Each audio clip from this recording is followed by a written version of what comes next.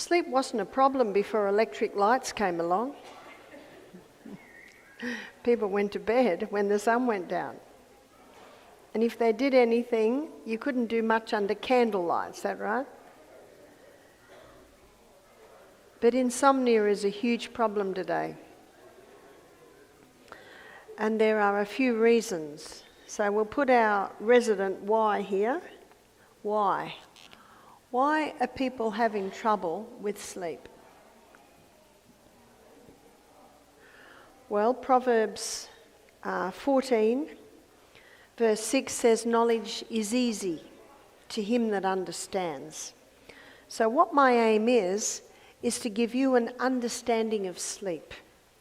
I want to show you what happens when you sleep. And when you understand what happens when you sleep, you begin to have a knowledge on the important times to sleep and why. There's a little tiny gland in the base of the brain, and it's called the pineal gland. And the pineal gland is about the size of maybe a macadamia nut, and it's right in the base of your brain. And the pineal gland releases 4 hormones every night, but only in certain hours. In the winter time, it's between 9 and 2. And I think your summertime ends end of October, is that right? We call it daylight saving. So in Australia, I think daylight saving's just about begun, and that when daylight saving, so at the moment you're still on summertime, yeah? So at the moment it's between 10 p.m. and 3 a.m. Why only those times? It has much to do with the moons and the tides. Light and dark signals are fed through the optic nerve to a control centre in the brain where your body clock is located. And your body clock communicates with the pineal gland. And these are the hormones that are released. One is melatonin. A lot of people have heard of melatonin. Some people that don't sleep very well take melatonin. Well, we naturally release melatonin in that time, and it's called the fix and rejuvenate nighttime hormone.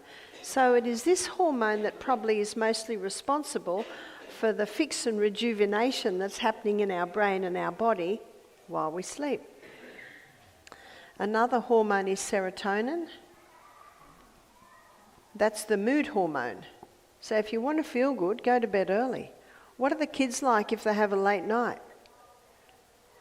Not very happy. Either are the adults.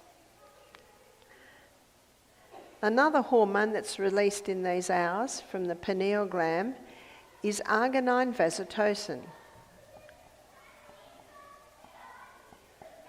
Those kids are having a ball out there somewhere, yeah?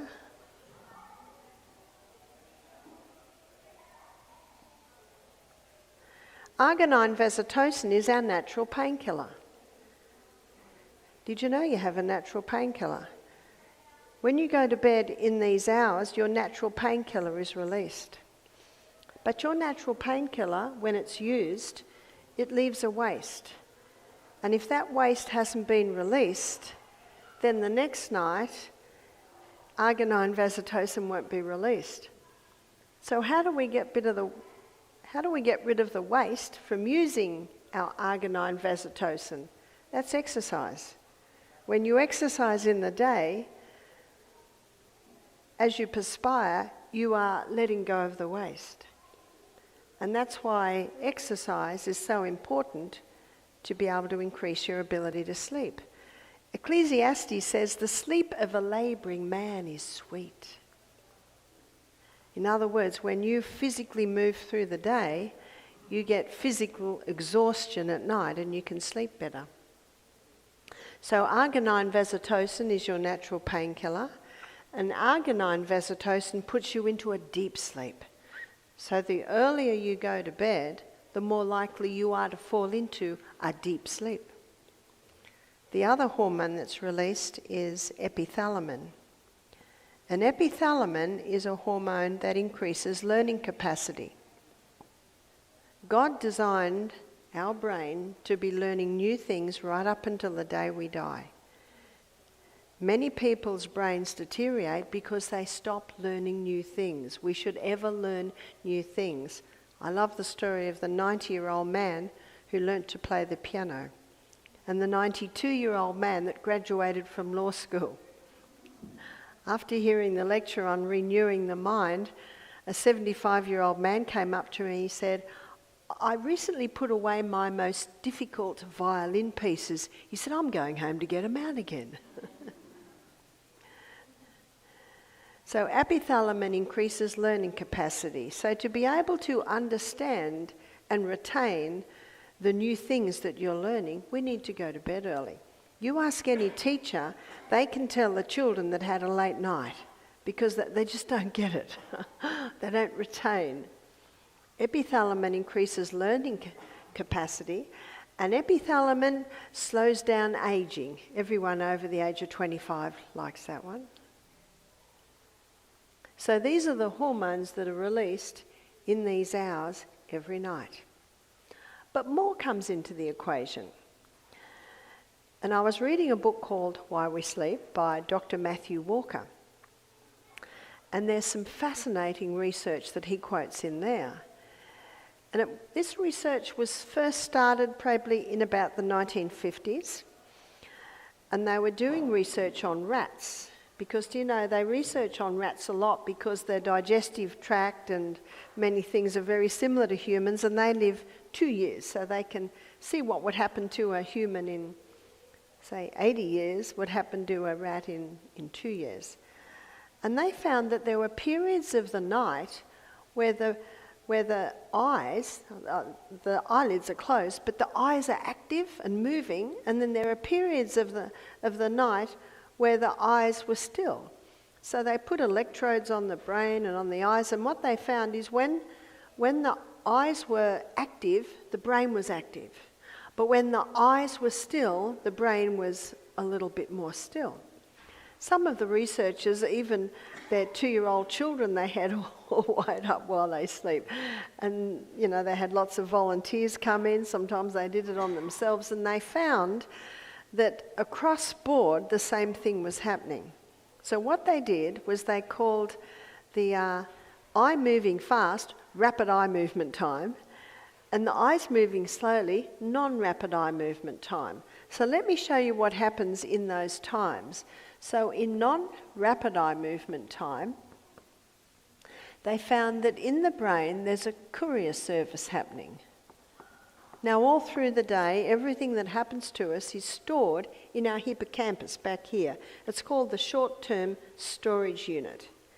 While we sleep, there's a courier service that takes all of those memories from the day up to the cortex up the top.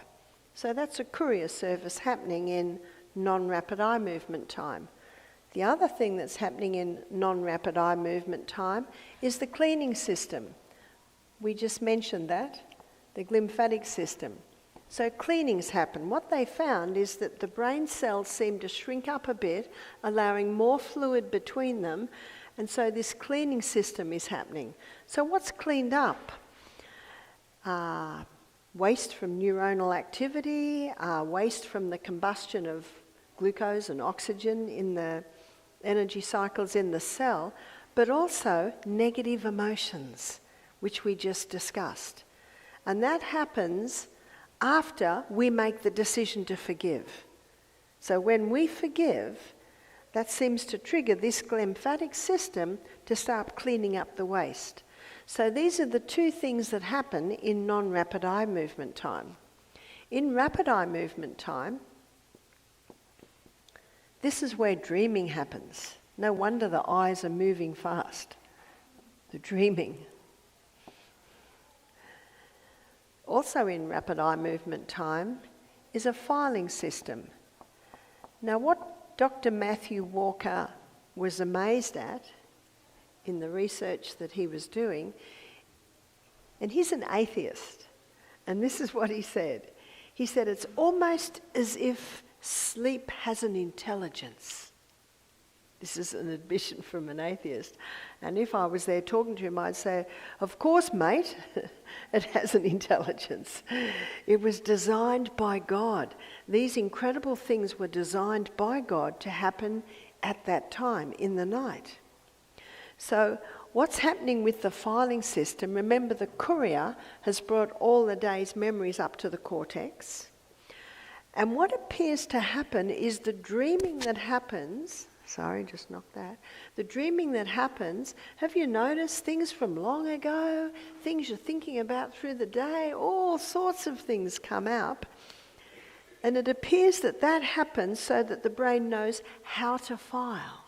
He says, the filing is done in order. Isn't that incredible? So negative things that happen, there's a negative section. Wonderful things that happen, that goes into the wonderful section. And that caused Dr. Matthew Walker to say it's as if sleep has an intelligence. And of course it does. The intelligence is God. So filing happens in rapid eye movement time. This is where our inventions happen. My father was an inventor, and my brother is an inventor. So I grew up with Dad and Dave, who were both inventors. In fact, every machine that came to our house, Dad and Dave pulled the whole thing apart and pulled it all back together. So I grew up with inventors. But I think it's something we all have in us, and you could almost say it's also creativity, isn't it? Something else happens in rapid eye movement time, and that is a consolidation of the things that you learnt through the day. You could say a consolidation or a confirmation of the things you learnt through the day. Dr. Matthew Walker found that these happened in 90-minute intervals. So let's have a look at that. So let's do my favourite, 9 to 5. So the first 90 minutes is 9 p.m. to 10:30. So from 9 p.m. to 10:30, non-rapid eye movement takes up 80%. And rapid eye movement takes up 20%. So it's in the first part of the night that most of the cleaning happens. So now we've got 10:30 to 12, midnight. So at midnight, 10:30 to midnight, we've got 60% rapid eye movement time and 40% rapid eye movement time. So from 12 to 1:30, it's about 50-50. So 50 rapid eye movement and 50 non-rapid eye movement. But as the night goes on, we have a change. So from 1:30 to 3 a.m., we've got 40% non-rapid eye movement and 60% rapid eye movement. So from 3 to 5, the last 2 hours, we've got 20% non-rapid eye movement time and 80% rapid eye movement time. So this is what's happening in the night. Have you found that if you wake at 3 or 4 and then doze back to sleep, when you wake up again, you remember all your dreams? That often happens to me because most of your dreaming is happening in the second part of the night. And the cleaning system, most of that's happening in the earlier part of the night. So what happens if someone goes to bed at midnight? If someone goes to bed at midnight, not only have they cut down by almost half their melatonin, serotonin, agonine, vasotocin and epithalamin, but they've also lost some of their cleaning. And what can also happen is they can wake up in the morning and they've still got memory from the day before in their short-term memory unit because there wasn't enough time to get it into the rapid eye movement time. Dr. Matthew Walker and his associates, they did a lot of research with this. and they got 20 students. And 20 students all learned the same things, and 10 of the students had 6 hours sleep a night, and 10 of the students had 8 hours sleep a night. And they found after 3 months, the ones on 8 hours sleep a night retained almost double what the 6 hours sleep a night. You see, they lost some of that consolidation, that confirmation of the things that they'd learnt through the day. Now, Dr. Matthew Walker, is a professor, and he was asked to write study tips for the university. And so the study tips that he gave for the university are very interesting. Number 1, he said, sleep with your windows open. Here's the pure air. In fact, these are all the things we just listed. He said, have some sunshine every day. And I discovered that sunshine was the key to recovering from jet lag.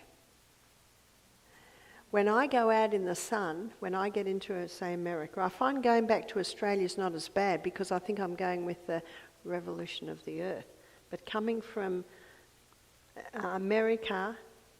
coming from Australia to America, it's not easy. But I discovered that if I sat in the sun and I put my head up to the sun with my eyes closed and let the sun's rays go through my eyelids, and then I put my head down after about 30 seconds and open my eyes and just sit outside, then I sleep the next day. Do you remember one of the first things I said was light and dark signals are fed through the optic nerve to a control centre in the brain where your body clock is located.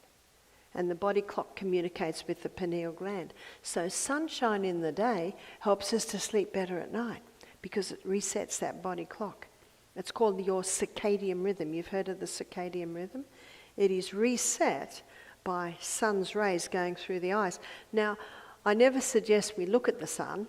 Our eyes will tell us not to do that. You could look at it today though, couldn't you?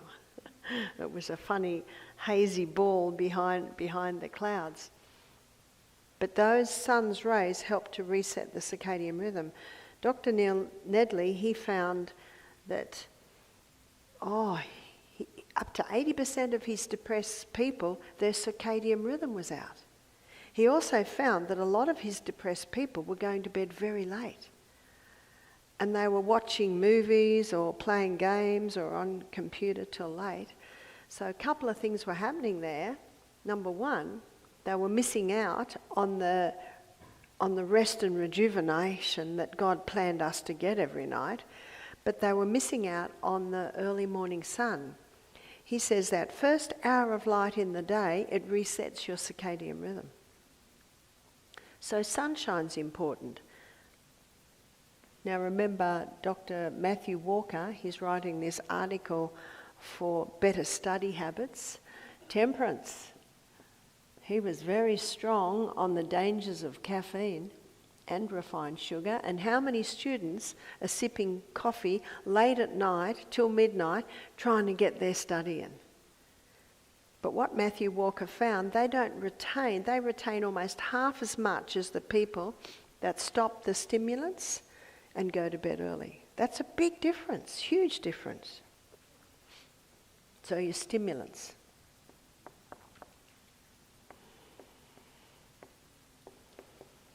We'll put a big no there, no stimulants. And of course 4, this is 8 hours sleep a night. 8 hours, not negotiable. When I turned 50, I found that I started to have about 6 hours sleep a night and I felt good. I used to tell people, since I turned 50, I don't need as much sleep. Once I read this book, well, I very quickly have trained myself back into 8 hours. Because that's the danger of the 6 hour. You feel okay, but it's a great deception because all of these things aren't happening. What Dr. Matthew Walker showed is that people with Alzheimer's little amyloid plaques. In every case of Alzheimer's, they found little amyloid plaques, which are like little calcified deposits building up in the prefrontal cortex. Now, when someone's got Alzheimer's, how's their reason, intellect and judgment? It's not there, is it? It's not there. What Matthew Walker found, that when you sleep these hours, your cleaning system prevents the build-up of the amyloid plaques. And the people that have boasted of 5 hours sleep a night, let's have a look at how their latter years are. And remember, God never meant anyone to get Alzheimer's. He meant our mind to be brighter and smarter with age.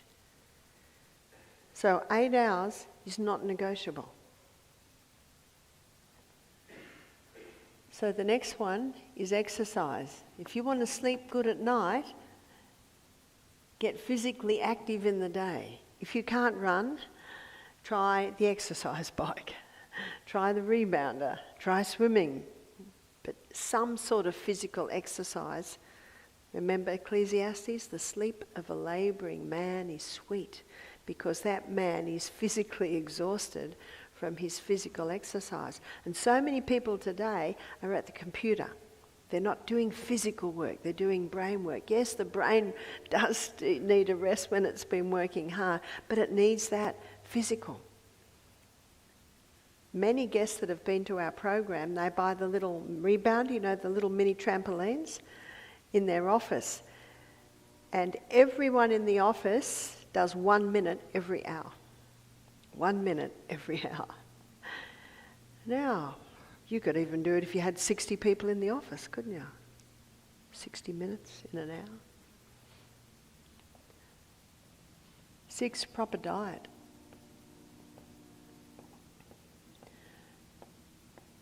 Now, what we're going to talk about here is timing. Dr. Matthew Walker, he showed that eating a huge evening meal interfered with sleep. When we sleep at night, our stomach wants to sleep. But when we eat a huge evening meal, then by the time we go to bed, it's usually still all in there, and your body has to keep working. It's got to keep working, otherwise that will, in that warm environment, it would start to rot, it would start to go bad. So eating breakfast like a king, lunch like a queen, and tea or supper like a pauper. Now, if you've got young men who are working physically hard all day, their evening meal might be a bowl of thick soup, or it might be a smoothie.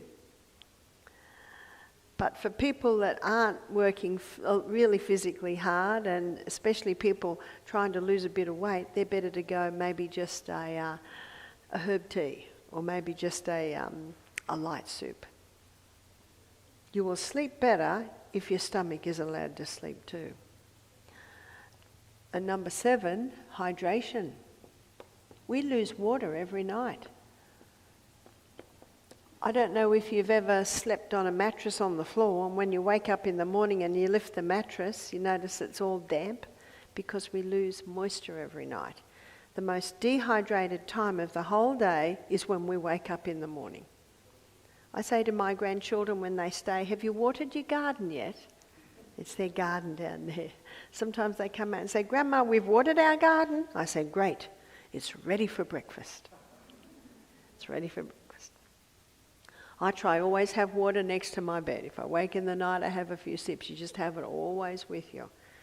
When you are well hydrated, you will sleep better. Now, I drink most of my water in the earlier part of the day. Some people can drink 16 ounces of water before they go to bed and sleep for 8 hours. I can't. If I eat that much water, I have to get up a couple of times. I learned a few years ago not to have watermelon for tea too. It was such a beautiful watermelon. I had several slices. I think I got up 6 times that night. And yet some people don't. You've got to get knowing what you can do. So I try and have probably only about 2 glasses of water in the afternoon before I go to bed, and then I can usually sleep the whole night. Something that keeps most people awake. Most people that can't sleep worry. Have you heard of the chat room?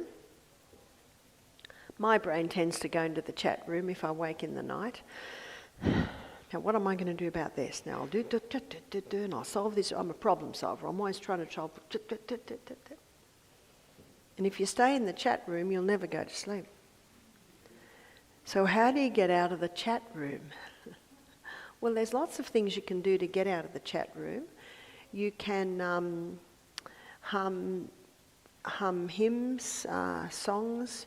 You can, what I do is I recite Bible verses. I've memorised some whole chapters. So I've memorised chapter 1, James chapter 1, and there's about 27 verses there. I don't have a great memory. This took me about 6 months to do that one. But I've done it, and it's really in cement now, so I can easily relate it. So I start going through that. And do you know that I get to the 3rd verse and my brain tries to jump into the chat room and pull it back, pull it back, pull it back. There's your prefrontal cortex. Pull it back. And I get to the 6th verse, is trying to jump into the chat room again, and I pull it back. I pull it back. I see the prefrontal cortex like the reins. Well, pull that horse back, pull it back. Pull those emotions, thoughts and feelings back.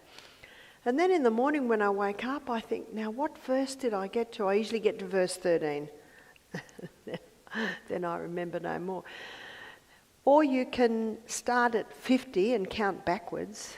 And if that's not long enough, you could start at 100 and count backwards. So it's just getting your mind out of the chat room. Because if you stay in that chat room, it's very hard to go back to sleep. So the 8th law is trust in God.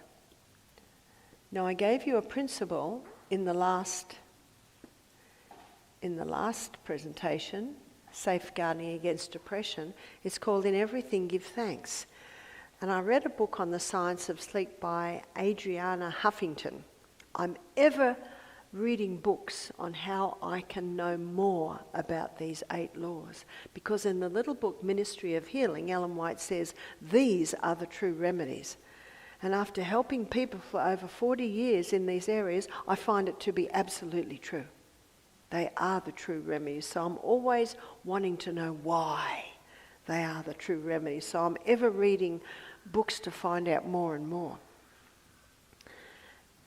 And Adriana Huffington says if you can't sleep, you lie there and you think of all the things to be thankful for. And I was helping a man when I was in Bermuda who was having trouble with sleep. And I said to him, I want you to lie in bed and thank God. He said, what for? I said, thank him you're in a comfortable bed and you're not in a concentration camp. Thank God that you're not in a work camp in Siberia. Thank God that you're not outside in a ditch trying to sleep and it's raining. Thank God you've got a comfortable bed. Thank God you've got a beautiful wife. Thank God you've got great kids. One lady said, I can't think of anything to thank God for. And I said, well, I noticed you've got 2 legs that work. I noticed you've got 2 eyes that see. Go blindfold for a day. And just, you'll be very grateful for your eyes. There's always something to be thankful for. Remember, happiness isn't dependent on things. Happiness is a choice. And that's why the Bible says, a merry heart doeth good like a medicine. So when you can't sleep, say, thank you, Father. Thank you that I can't sleep because now I can talk to you. There are 2 things that will stop sleep. Getting into the chat room. We all know the chat room. And also looking at your phone. 80% of people in America sleep with their phone. The phone should not be in the bedroom. It should be out of the bedroom. Even if you're on call, put it in the hallway. You'll wake up. So it's not only the electromagnetic field that's affecting you, but there's a temptation if you can't sleep to look at your messages. Yeah? It's a temptation for me because Australia's awake when I'm asleep. So in the middle of the night, Australia's awake. But I will not. In the sunlight, there is blue light. And the blue light is absorbed through a little receptor site on our retina called melanopsin. And when blue light from the sunlight is absorbed through our eyes to our brain, it increases our ability to solve mathematical problems. It increases our ability to assess things, all because our eyes through the day have sunlight. And the blue light comes from the sunlight. The technology, the screens, whether they be iPad, whether they be computer, whether they be the phones, there is a blue light that comes out. Now, it's a different frequency to sunlight. But in the middle of the night, if you look at your phone, there's enough blue light going in there to say to your brain, daytime, wake up. Because it's right here. Whereas when you watch a screen like a television, your brain already knows it's dark and you're watching. So it doesn't mean that I'm saying you can watch television till late at night. Ever tried to watch something exciting and then go to sleep? There must be a time of winding down, especially that hour before you go to sleep. That's why a great thing to do if you can't sleep is just put a soft light on and read. Don't get an exciting book, just maybe The Life Habits of the Australian Platypus or something. That can get you out of the chat room too, reading. So the two things that will stop sleep are the chat room, and often in the chat room, that's when you worry. Yeah, that's when you get stressed about things. So get out of the chat room, and also don't allow your eyes to look at the phone, because when they do, the message comes through to the brain, daytime, wake up. So you can rewire your brain and you can get your brain back into the 8 hours of sleep a night by adhering to those laws and getting out of the chat room.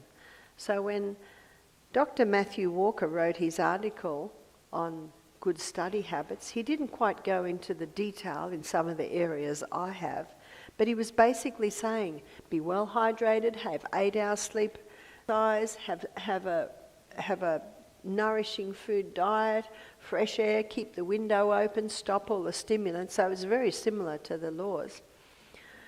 And he also advised that in the university they try and only have an exam, say, every 2 days, space them out again. Well, the university never asked him to write that article again. That's a pity, isn't it? Because he was being critical of this cramming too many exams altogether. I don't really agree with the exam system of testing. When I did my nutrition course, it was all assignments, and I really like that type because you study the paper that you're going to present, and you've got information here and information here, information there. Then you bring it all together, and by the time you've actually submitted your assignment, you've read the whole thing probably 50 times, and that repetition deepens the impression, and repetition is the mother of retention. But the cramming in for an exam, it's not a really effective way, is it? So now you know why we need to sleep. Sleep's important. Sleep was given us from God to revive and restore the brain and the body while we sleep. Healing happens at twice the rate while we're sleeping, especially in those hours. Are there any questions before we close? Yes? Why is it that you walk before you eat? Is it better to eat and then walk, or walk before you eat in the morning? It's better to walk in the morning, do your exercise before you eat, because a huge amount of energy goes to digestion. So if you do, a gentle walk after you've eaten is fine, but if you're going to do the high intensity interval training and running up and down hills, a huge amount of energy is going to be pulled to your legs to get you up the hill, and the stomach's going to protest because a huge amount of energy goes to digestion. And that's why we've always been told don't swim straight after a meal, you'll get a cramp, because the same thing, when you dive into water, a lot of blood is rushed to the skin because of hitting the cold water, and it's drawn away from the stomach. And so it is far better to do the intense physical exercise before you eat. And how long do you exercise? I'm going to define that tomorrow night when I look at heart health and diabetes. But I do 15 minutes because I do the high intensity interval training, which are intervals of high intensity, intervals of recovery, intervals of high intensity and recovery. And because you're doing it so intensely, you can do it all in 15 minutes. Isn't that good news? Yes.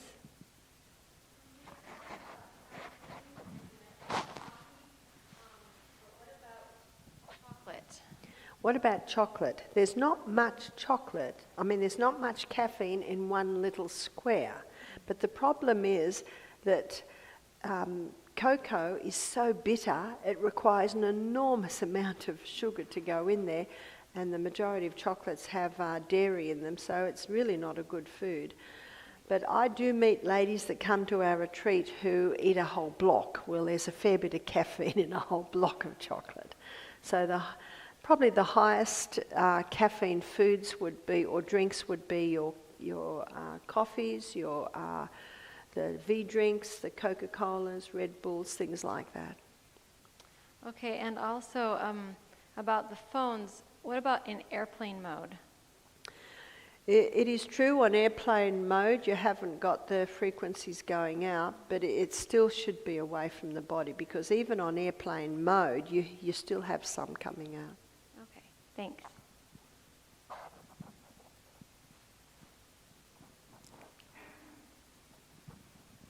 Is supplementation with is melatonin beneficial or harmful? Is supplementation with melatonin beneficial or harmful? I don't advise supplementing with melatonin because it hasn't been used long enough to know the full effects. But if someone is really struggling with sleep and the melatonin is helping them, I don't tell them to stop. I say, well, it is helping you, so that is good, but what you could do is you could try a few other things and alternate it so the body doesn't get so dependent on it. And when you keep putting something into the body that the body makes, the body can make less of it, which is what you don't want. So there is another herb that's a mild tranquilizer, a mild sedative, and it's valerian. And I have spoken to some people that have said that's been really good. For people that really struggle with sleep, something like valerian, melatonin, they can get the body back into the habit of sleeping. Thank you.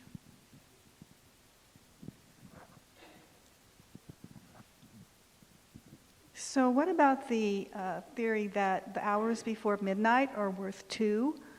Yeah. Well, the hours before midnight are worth 2 after, and I think the pineal gland secretions show that. So if you have 8 hours from midnight till 8 a.m., you're missing out on half of your pineal gland secretions, and you're also missing out on some of the cleaning in the courier system. So those hours before midnight are very important. It is true.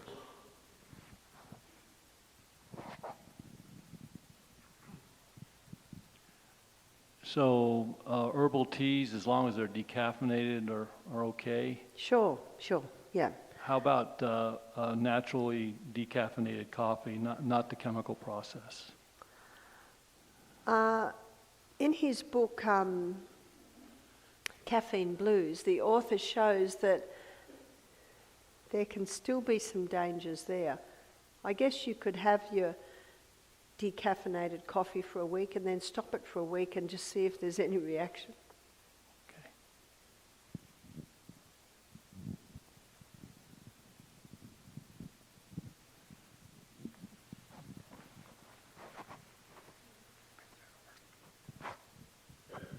So I have a family member with fibromyalgia, and they sleep around the clock, multiple hours. And I know it's because their body is just out of whack, but how do you get someone like that into a normal sleep pattern? They're sleeping day and night, off and on. Yeah, they can get into a normal sleeping pattern.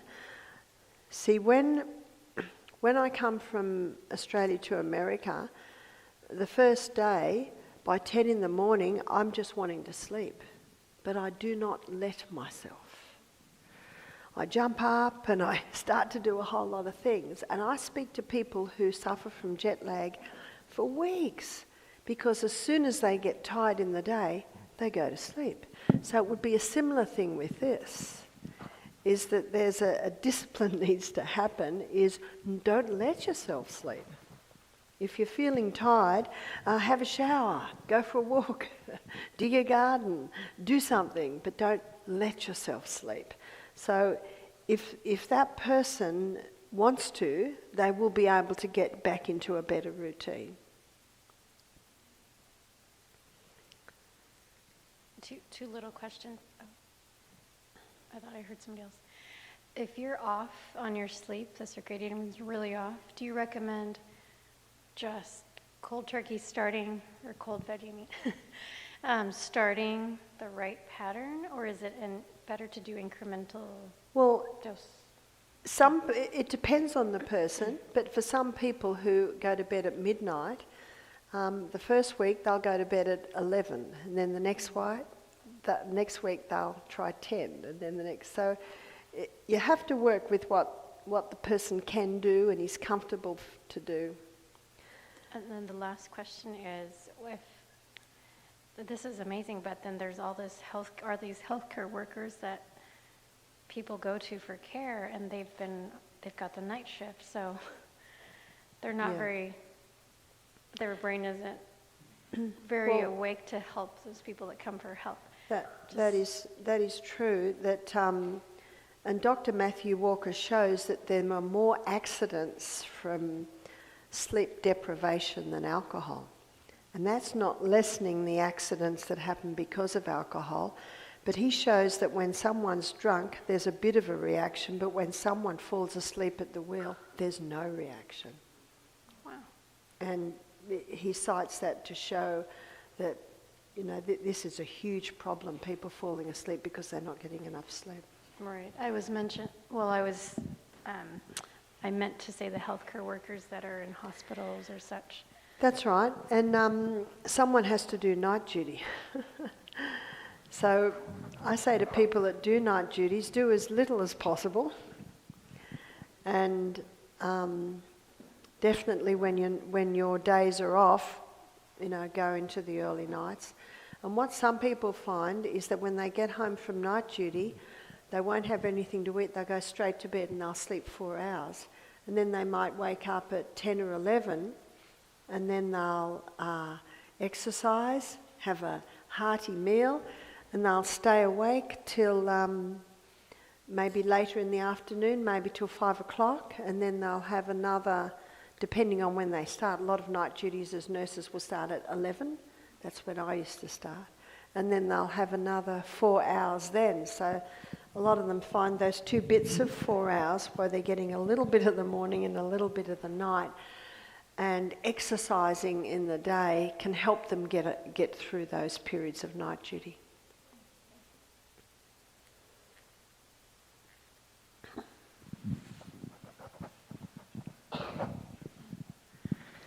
Yeah, I was wondering, is there any correlation with insomnia and like blue light or smart TVs or like a smart meter?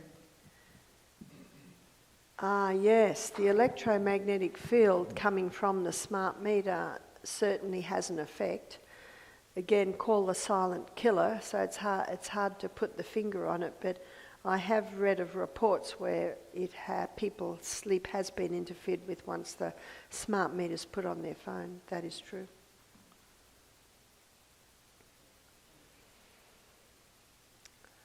Well, that must be all. I think everyone's dying to get to bed, eh?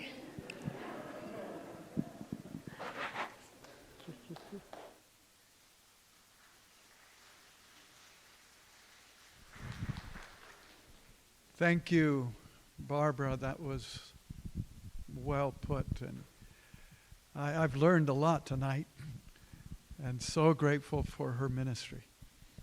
Well, we do need to get going, get to bed on time, and implement some of these, the principles that we are learning. So let me ask you to stand, and we're going to have a word of prayer before we are dismissed. Father in heaven, we are so thankful for the opportunity to learn. You have gifted Barbara O'Neill with experience and knowledge and the ability to share in a way that is understandable, in a way that truly can motivate us to implement these wonderful principles into our lives. And so grant us not only to retain this information and learn and understand, but Lord, give us the courage, the tenacity to implement this program into our lives so that we can honor you by the way we live and the way our bodies function. Tonight, Lord, we ask for your blessing as we head home and as we sleep tonight and tomorrow work, and then the opportunity to once again return to the next presentation. So bless us and keep us. Make your face to shine upon us and grant us your peace in Jesus' name. Amen. Good night, everyone.